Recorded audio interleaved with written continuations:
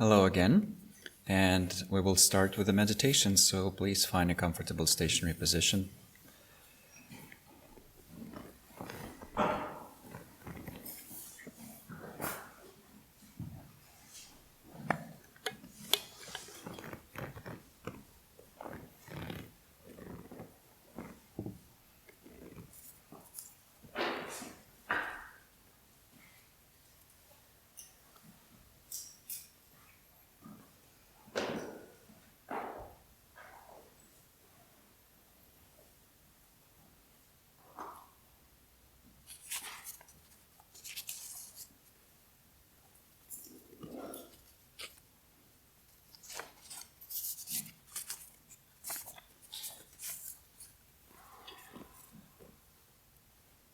And so to begin the actual practice, we adopt a comfortable position, and then we initiate the process of releasing tension.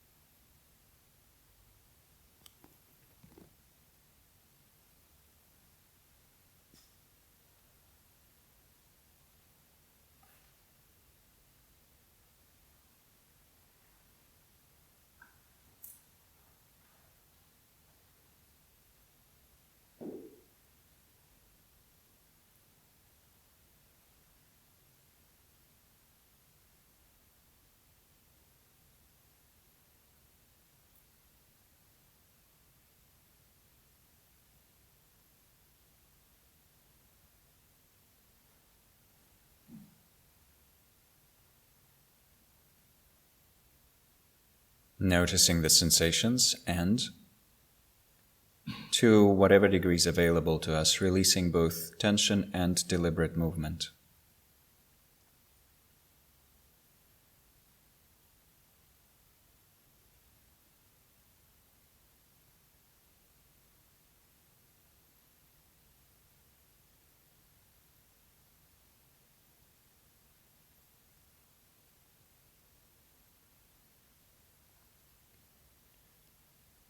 Potentially with a feeling of relief and joy about being able to rest in this natural stillness, accompanied by the silence of the speech and the spaciousness of the mind.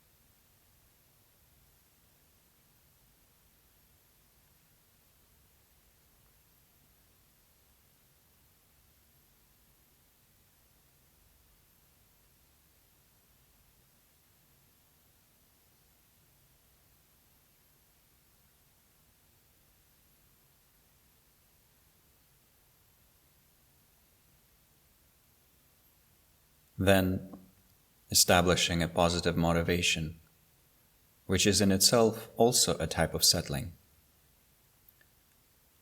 Establishing our mind in vast and profound aspirations related to the ultimate goals of our practice.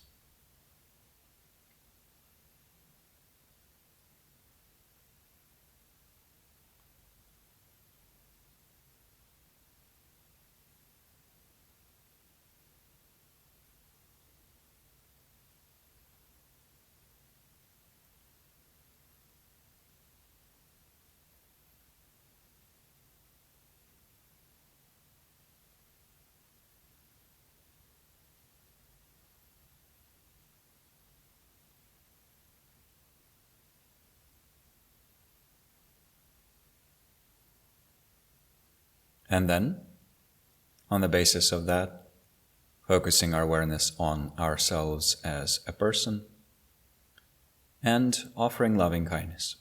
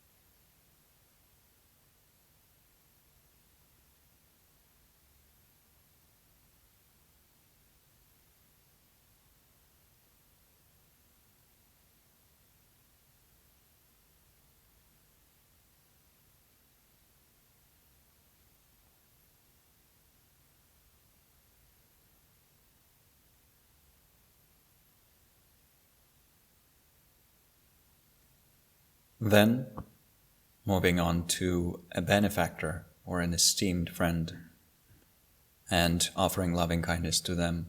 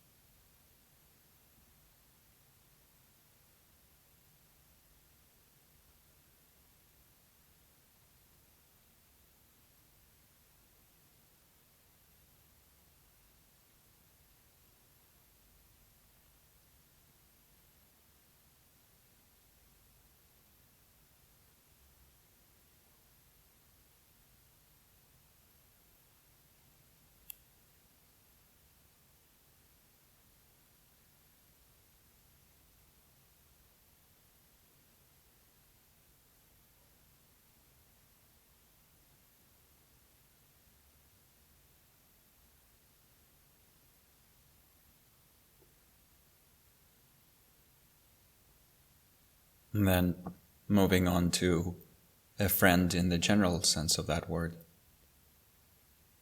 Someone we feel a certain level of closeness to.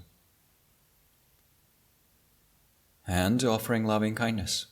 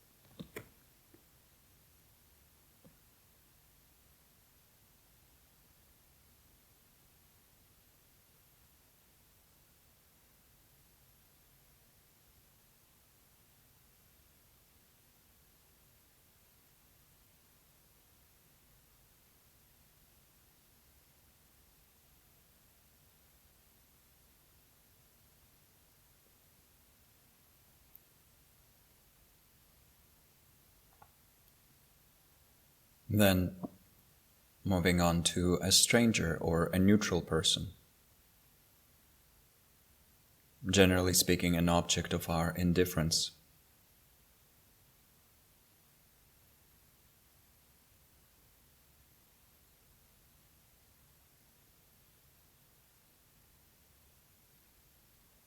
Offering them our loving kindness.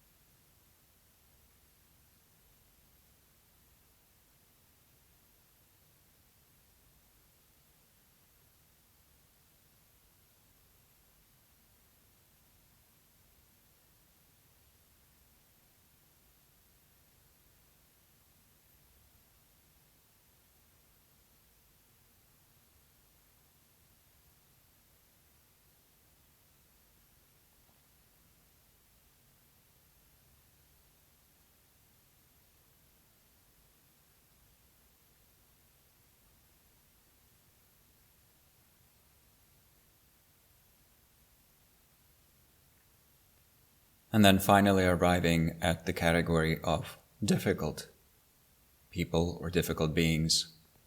And once again, choosing a person who is relatively easy to work with because we only find them mildly uncomfortable to be around.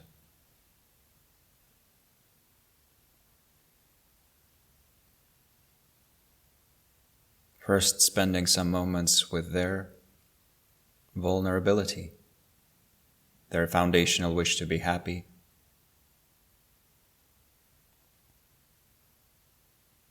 them as a complex individual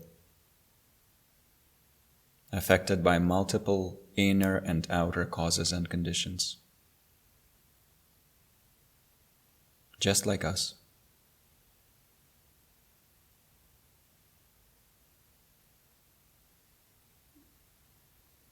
And holding that vulnerable beingness in affectionate awareness.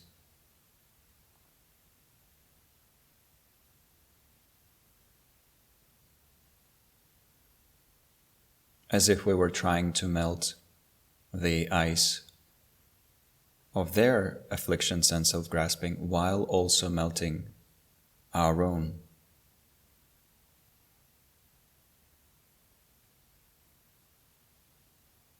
And allowing the result of that melting to manifest as loving kindness for them,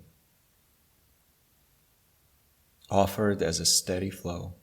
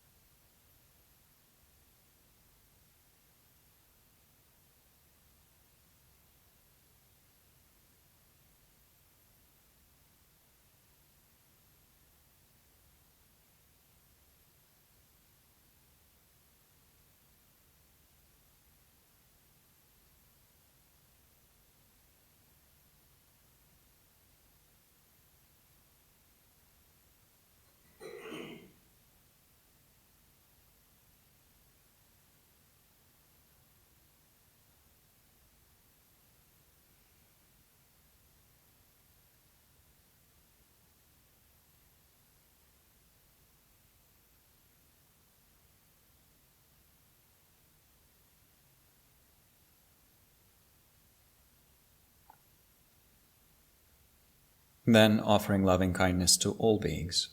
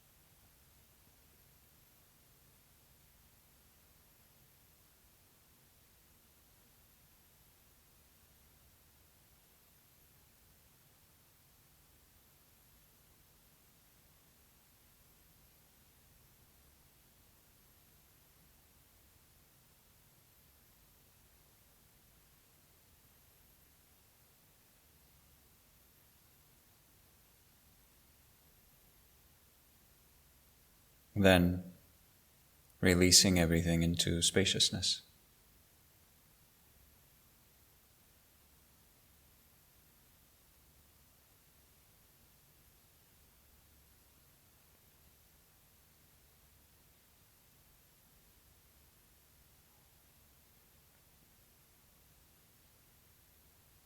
Then dedicating the energy of our practice to our highest aspirations.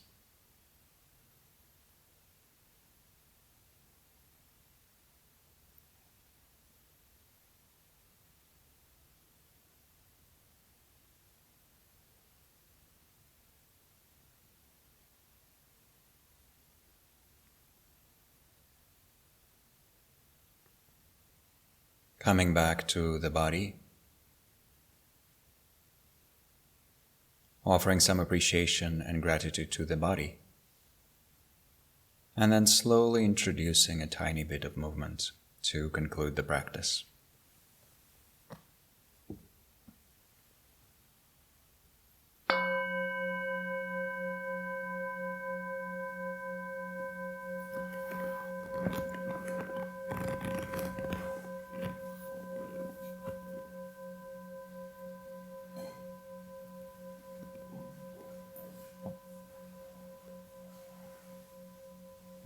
Just as a side note, when we do this gesture at the end of each session, that's an expression of appreciation for each other's basic goodness. So we're welcoming our own basic goodness, we're welcoming everyone else's basic goodness, and kind of saying, hello, thanks, thank you for being here. So I honestly would be happy if we could just keep meditating, but there's quite a few questions here and also online, and I think these are the only questions that we can still cover, given that there's still some meditations to do tomorrow. We can't just do questions. And there's still some valuable things in the notes that I would very much want to cover. I'll try to address them relatively briefly. So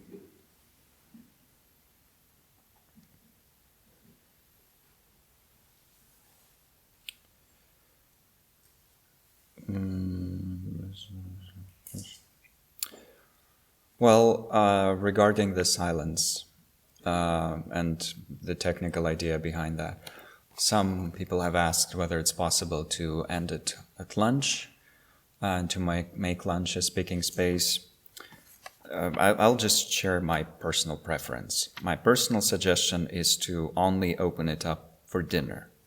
Why? Because between lunch and dinner there's a few hours of practice, and I know from experience that if we start actively chatting during lunch, because we're a bit hungry for communication, we will get so wild that the energy in the room in the afternoon will be unbearably chaotic, and we will end up with a very, very rushed ending to the retreat. So my personal suggestion is that if you can, to still enjoy a relatively quiet lunch, enjoy a lovely afternoon, and then absolutely exchange your experiences and chat during dinner. If you are worried about finding someone to share a car on Sunday or finding a shared ride, maybe you can just relatively quietly tell David about your ideas regarding that, and he would be able to put you in touch with each other. That would be a bit easier than if we have just everyone talking to everyone at the same time at full volume. This is just based on my experience of observing people. Also, when the retreat will finish, not just during dinner, but when you find your way back, notice how you might catch yourself being especially chatty and especially excited to talk to everyone, and especially excited to go out, and have a pint and things like that. Not that there's anything particularly wrong with it, but it's like an explosion of neurotic energy coming up from within. And while it is absolutely fine to chat meaningfully, to have a meaningful conversation. It is also good to just keep track of how our energy might get very quickly exhausted if we fully jump into that. So there's no right or wrong way to do it. It's not like we need to keep silent for the next 3 days or anything like that, especially since it's not practical. But just to try to keep it balanced between artificial tensing up and keeping it completely silent and just an explosion that sweeps everyone off their feet, which sometimes also happens. Because people have different temperaments. Some people, after the end of a retreat, get so actively happy that everyone else is like, okay, I'll avoid that person, I guess, for now until they calm down, which might take a while. As an introvert bordering on sociophobic, I tend to go into panic mode around people, even though intellectually I know they don't care, but I still want to disappear. How to convince myself that I have a right to exist, same as everyone else, so that I could project loving kindness towards myself and then others? Well, three things will help.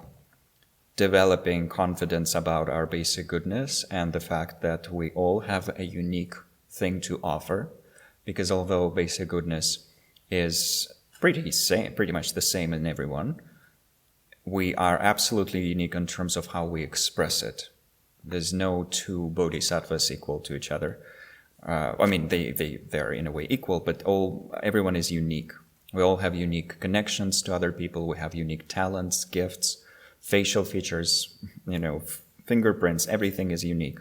And absolutely, we do have a right to exist within that uniqueness.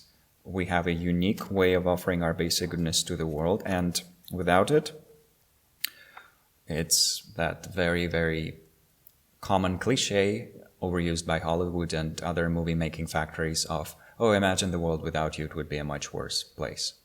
A place that's way less fun to be around. So we need to remind ourselves of that and strengthen our confidence in our basic goodness, and also not cling at the personality so much, which comes through wisdom practices. Because the reason why we are sociophobic and excessively introvert, and I am myself I'm absolutely in that category, is because our conventional self feels very sensitive. It's not our Buddha nature. It's not really others thinking about it. They, as you've mentioned, they don't really care. Everyone's just obsessed with themselves most of the time. Or with the judgments of others, but not really with others per se. And people who truly care about others actually accept others quite generously, quite magnanimously. So within that, it's only our difficulties with vulnerability, with shame, with guilt, and so forth. And of course, there are valuable secular sources on this issue, including the wonderful work of Brené Brown and many others. There's valuable spiritual advice on that. And with regards to what we have been practicing here, loving kindness and tenderness, when applied again and again and again and again, will definitely help us dissolve this issue.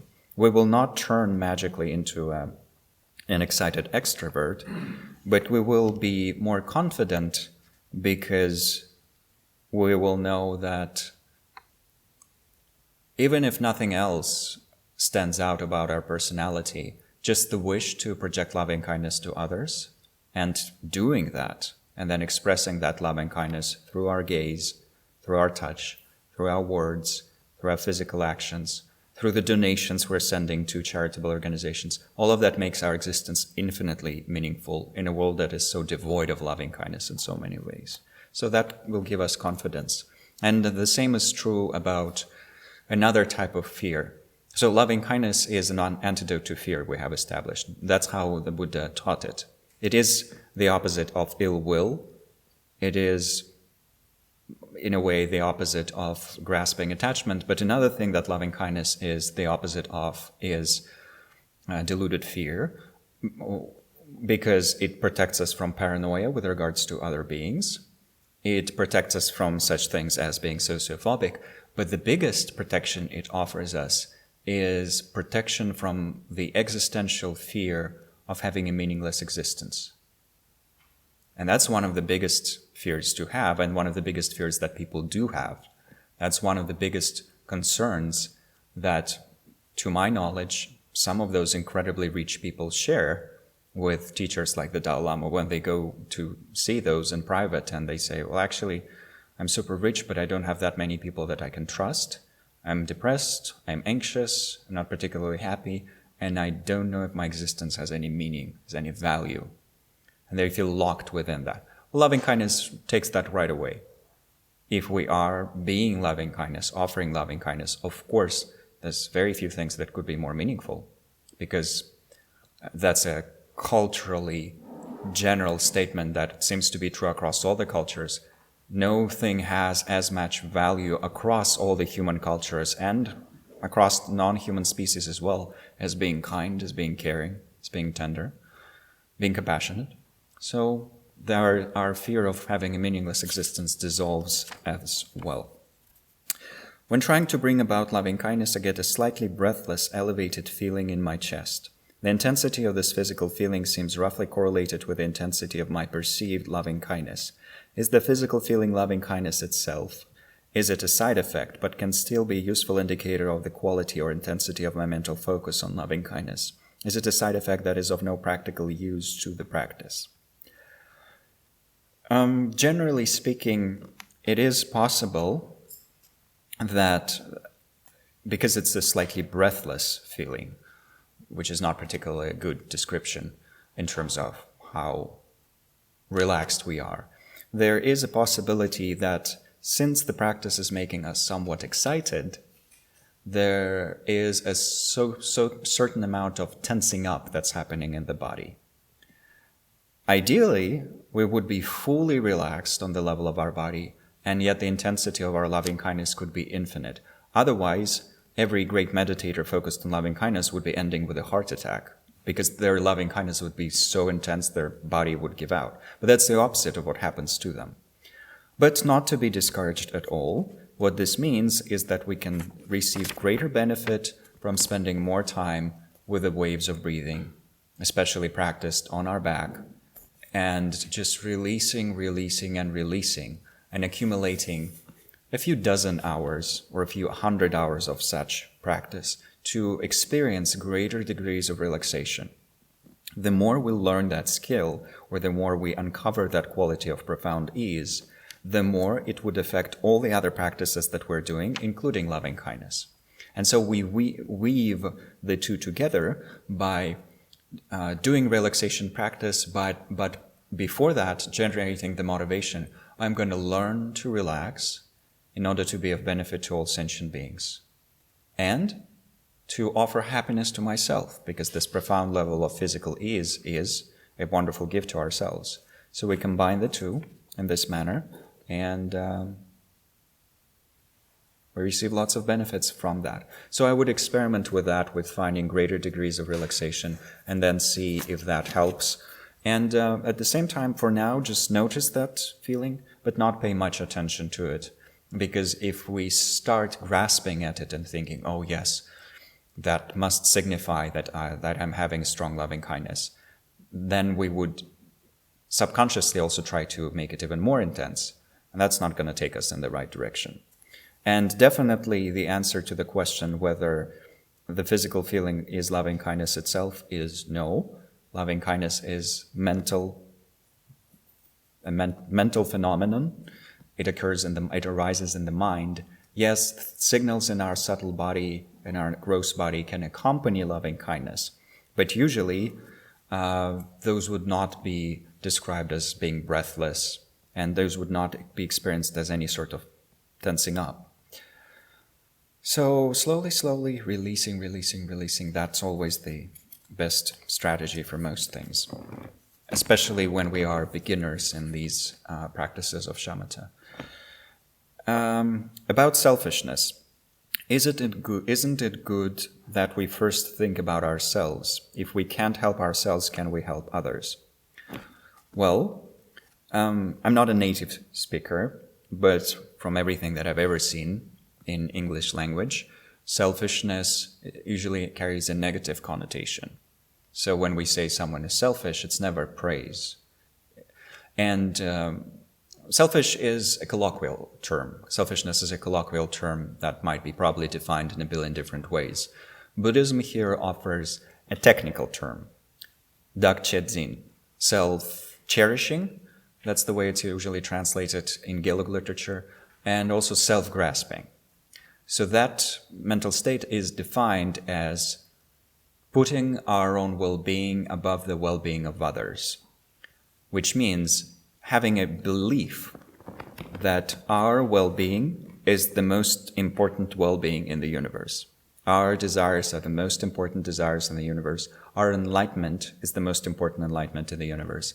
Yada, yada, yada. So that is obviously an incorrect belief. Because if we think logically, well, we all then believe that our happiness is the most important happiness in the world. So what's the truth? Well, the truth is our happinesses are equally important. That's the only logical conclusion. And they're intertwined and they arise in synergy.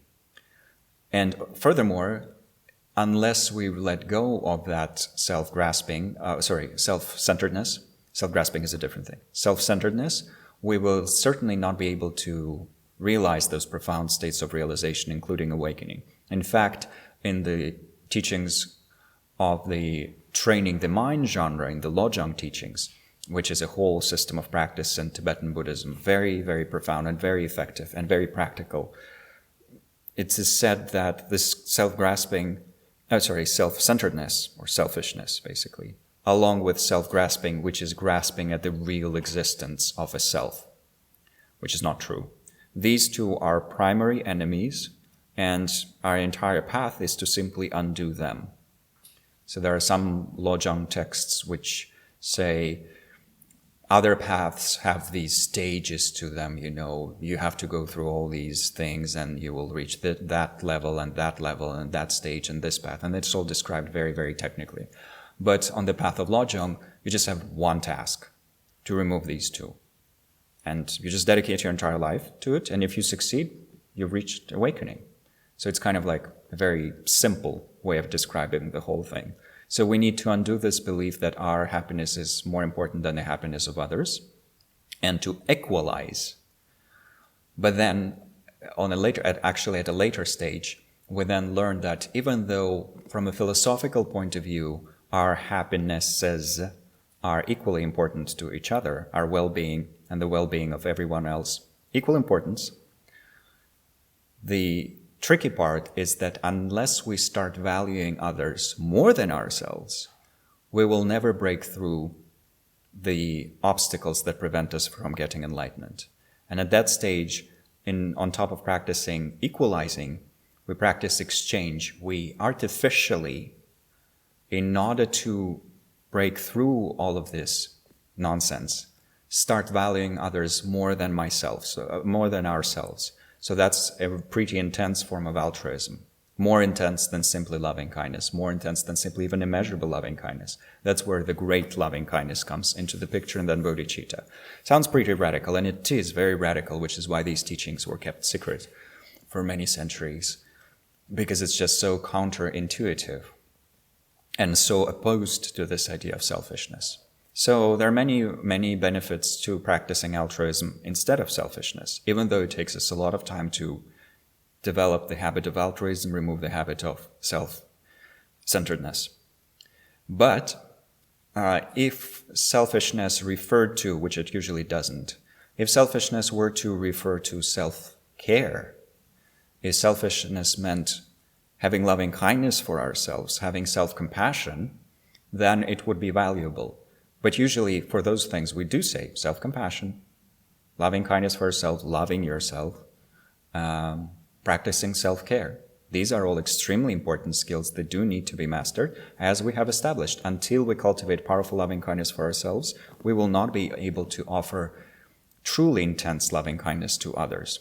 Even though it is not true that until you love yourself, you cannot be kind to others. Obviously, there are people who have problems with self-care, but offer incredible levels of altruistic service in the medical profession and so forth. It's just they also need those skills of self-care and actually need someone to take care of them, but also to teach them these wonderful and important ways of taking care of themselves.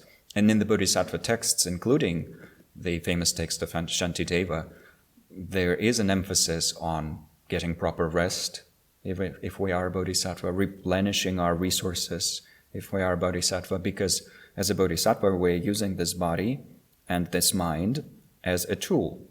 If the tool has been damaged by excessive tension and has not been properly taken care of, well, the tool will be broken. Then we'll have no more tool to offer benefit to others. That's why we could be spending hundreds of hours on loving kindness for ourselves. So from that point of view, yes, we do need those things. But because the word selfishness itself is kind of not particularly clearly defined, it's better to talk about these technical terms.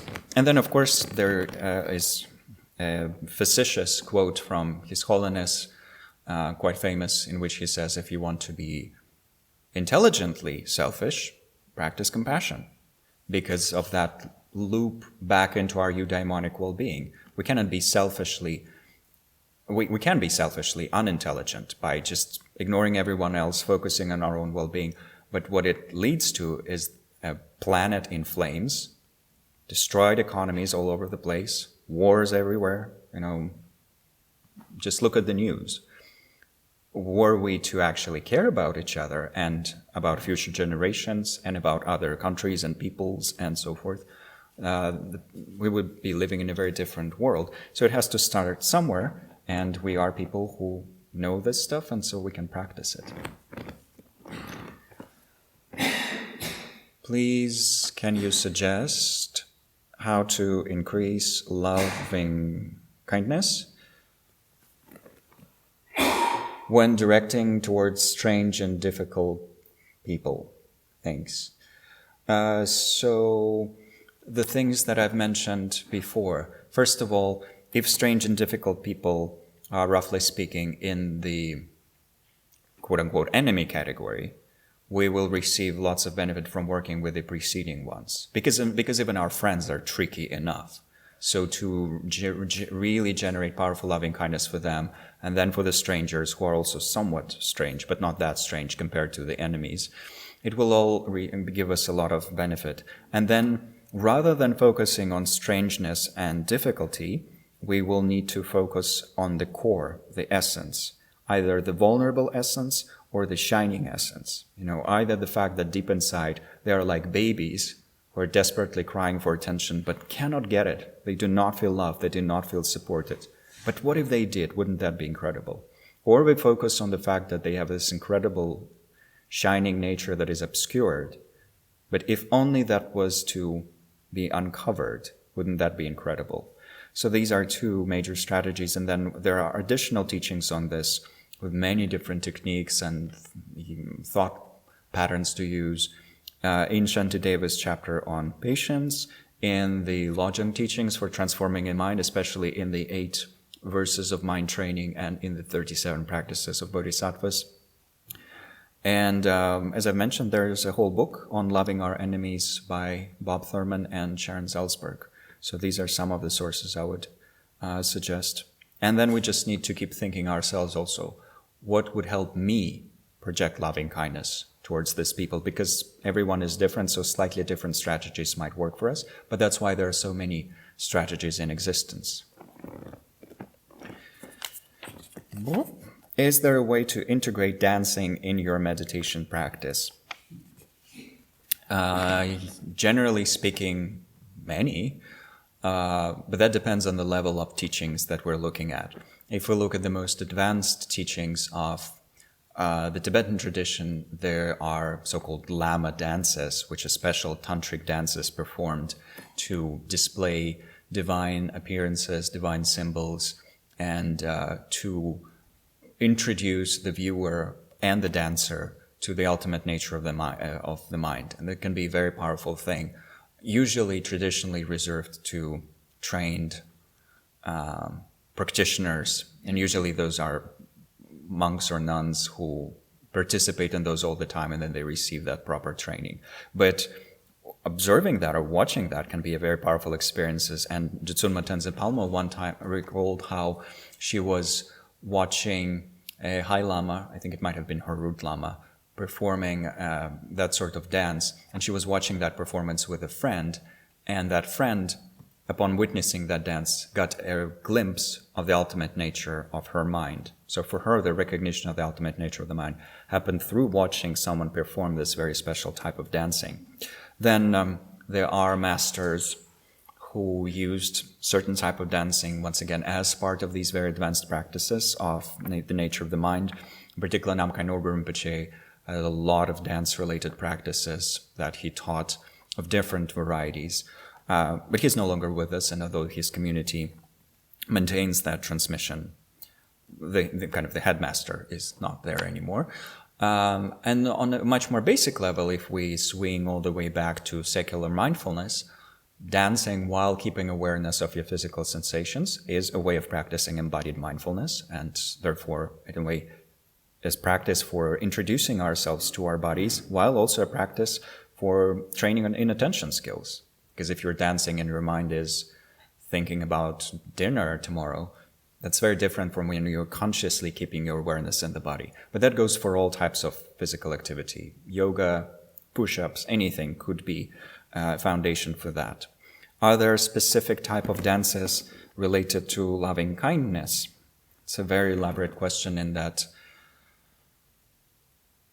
there are people who develop different modalities related to ancient practices, develop dances that would help us culturally connect to the qualities that we're cultivating.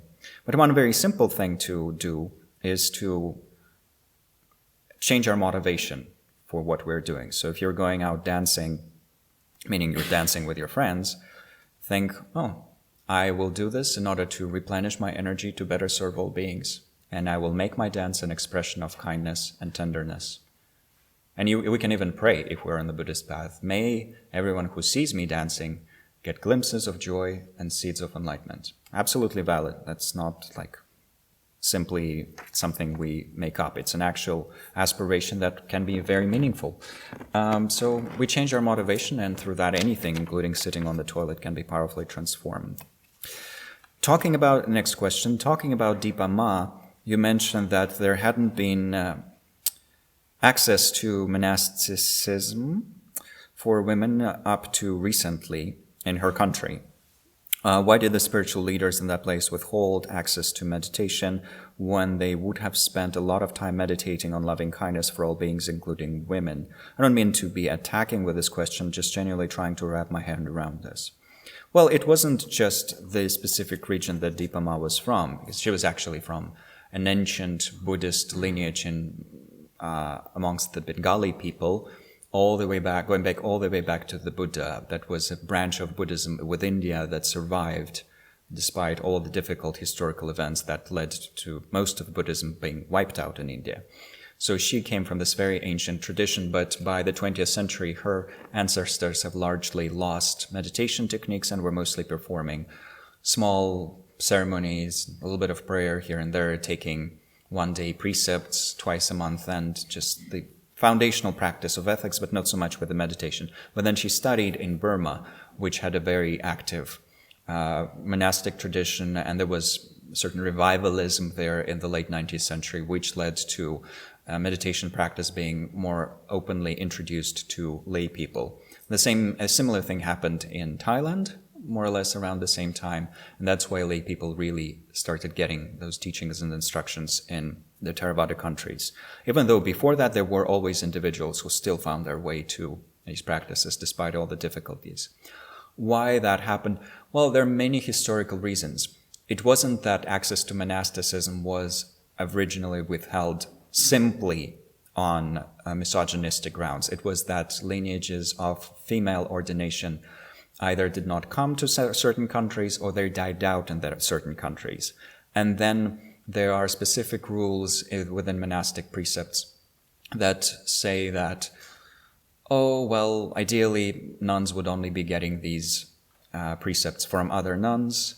And then there's a whole debate where would it still work if monks transmitted them? And that was a whole, problem, and still to this day it's a huge issue that is debated in different countries. But of course now there is a revival of full female ordination in the Theravada tradition, full female ordination in the Tibetan tradition, where for a long time there was only novice ordination for women.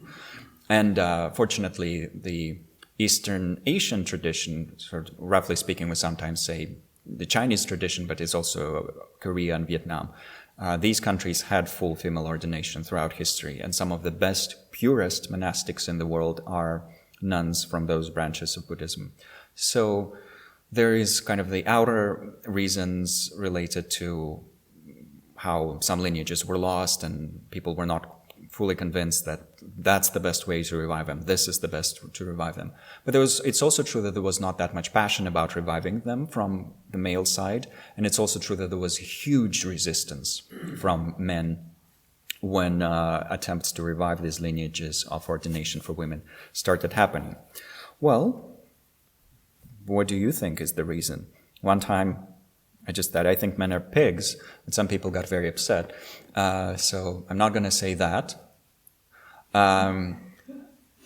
Basically, what is extremely true is that when we are in places of privilege, even if we are kind of think we're well-intending, it is difficult to look at our privilege. And I think looking at privilege and challenging our privilege is one of the types of bodhisattva wisdom that have not been historically discussed that much, because most of these places and countries were historically patriarchal. There's a very strong patriarchy across the entire world. I don't want to say Asia because, excuse me, when did women get the right to vote in this country, And yes, there have been a few queens, but relatively speaking, it's not that much of a paradise in that regard.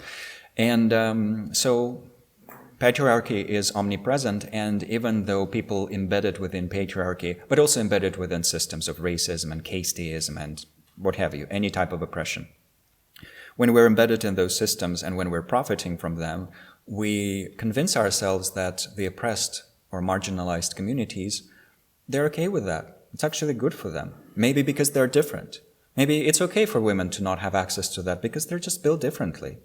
It's that they're built for this thing, whatever it is that we think they're built for. Cooking, I don't know, or something. Or these types of practice, different from all the types of practices that are available to male people. But the same goes along all sorts of lines. It's racial, it's, homophobic, transphobic, you name it. Every kind of oppression might be there. And then the difficult thing is project loving kindness towards everyone and then try to, when we're doing our wisdom practices and also simply looking at society, to try to see our blind spots. And I can assure you,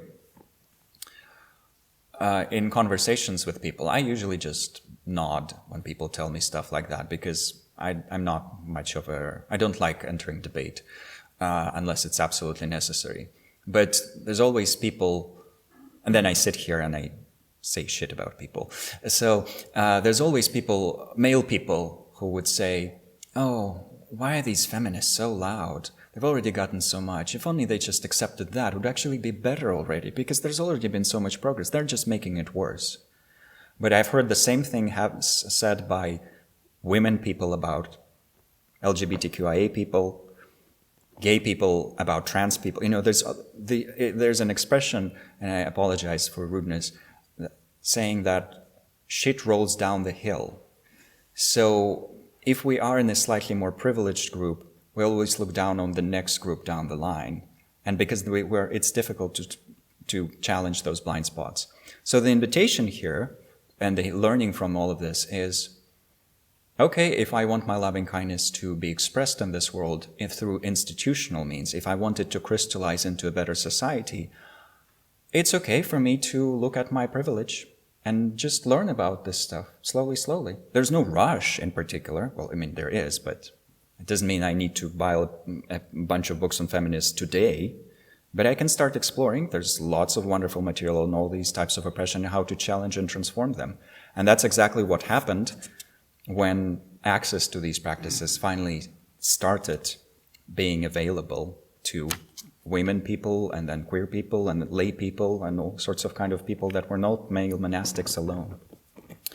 So I don't mean to upset anyone at all, but that's my answer to this specific question. Doesn't mean it's correct, but these are my conclusions based on observing these historical patterns and also seeing what's happening in the refugee Tibetan community, what's happening in the countries of the West with different Buddhist communities that are not at all equally open to everything.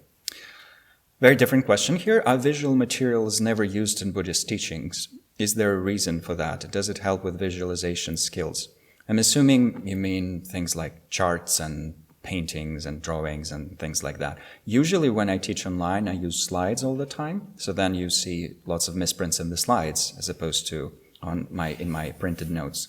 But and we toyed with the idea of having slides here as well, but I think for a retreat that's not as fun. We're not here to, let's spice it up by looking at some paper. But in general, there's a whole lot of visual materials in Buddhism, especially when we are doing more complex visualizations. Then you have actual paintings, brilliant paintings depicting all of that. But for simple stuff like imagine golden light coming from you, there's no need to have a painting of golden light. It's either available to you or not, so not in that regard. But lots of illustrated books, lots of books with pictures in them, children books, adult books. So lots of visual materials. Buddhists love their art. There's incredible examples of Buddhist art. And there are whole degrees in Buddhist art available to people because it's fascinatingly beautiful and diverse. Then, as a way to deal with distracting thoughts, besides labeling and handshake, you mentioned as a third option an alignment of discursive thoughts to the path of loving kindness. What is the terminology for this third option? Something to go into the spell book. Any references? There's no particular name. You could call it channeling, integrating, harnessing. It just means that you integrate your experiences and your distracting thoughts and your desires and the things that you're going through into your practice. So you can call it whatever. There's no specific name that I've ever seen in any particular text, but it's just in the fabric of the practice itself. If you're really feeling that the world would benefit from peace, and boy, wouldn't it, you integrate that thought into your loving kindness practice, because what else is there to do? To suppress that and keep focusing on something else? No, we channel it straight into the practice. And that's actually something we will do tomorrow. We will do a bit more emphasis, now that we've gone through all the major objects.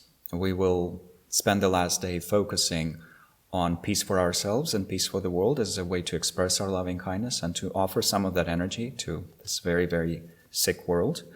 And to also to end on a note of peace for ourselves and for others.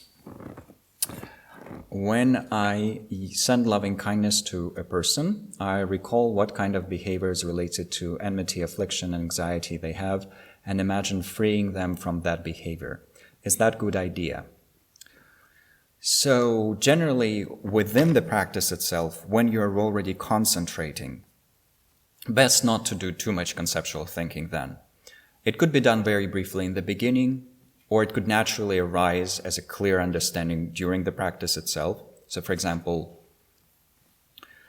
you would be sending loving kindness in the wishing for all beings to have peace, and you would direct your awareness to different groups of people, and you would know that this group of people needs safety, protection, because it's being attacked.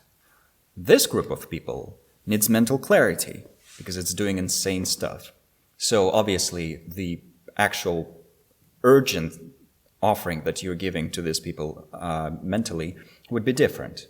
But the end result of them eventually realizing all the types of peace all the way up to the full awakening, that's still implicitly there. So you don't need to very elaborately think about it, it just naturally comes up in the mind. If you do want to do some more elaborate thinking, best do that either very briefly in the beginning of the session or simply outside of the session. So sit down, think, what could I meaningfully offer to, for example, a friend who's suffering? Like, what would be good wishes for them? Right? But at the same time, we have to keep in mind that our wishes of loving kindness for everyone also need to be pretty much the same. So we don't switch phrases between different people. We don't use one phrase for ourselves, then switch to a completely different phrase for the benefactor, then a third phrase for the friend. Otherwise, we would end up with very uneven practice. And our job is to be able to offer the same things to everyone with equal intensity. But another concern here is to make sure that what we're wishing for them is that meadow in the distance. Remember, loving kindness. Because if you're focused on removing something, and here you do mention protecting them from affliction, anxiety, right? So if your focus is more on removing, that's more compassion. And that's very meaningful, but we do need to clearly see the energetic and the subjective difference between the two, and practice compassion when we're practicing compassion. So removing something, burning something away. And practice loving kindness when we're offering loving kindness, gently propelling them towards that meadow in the distance. So to make sure we don't have confusion there. And there's, I think, 3 more questions online, but we'll try to deal with that tomorrow. And for now, since the session is over, let's just spend 1 minute sending loving kindness to everyone to dedicate the energy of our practice from the day.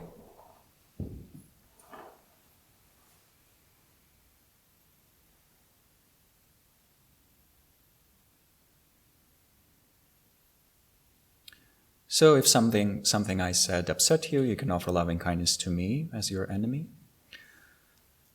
If something from today was meaningful and inspiring, we can save it for later to explore it one day.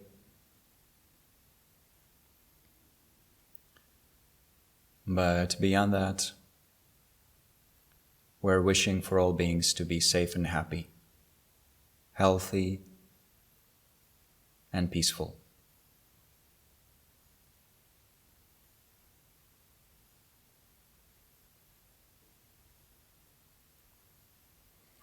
And as a little additional exercise, since we have talked about sleep and dream-related benefits, we can also, if we want to, make the decision to practice some loving kindness before we fall asleep. Have the intention to recall loving kindness even in our dreams. And maybe also the intention to wake up with loving kindness or go towards the practice of loving kindness as soon as we wake up.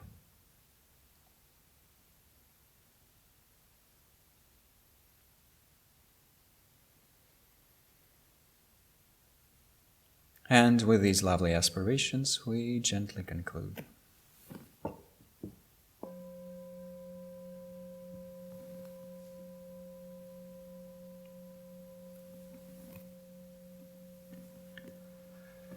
Thank you. Have a good night, and we'll do some more practice tomorrow and then conclude.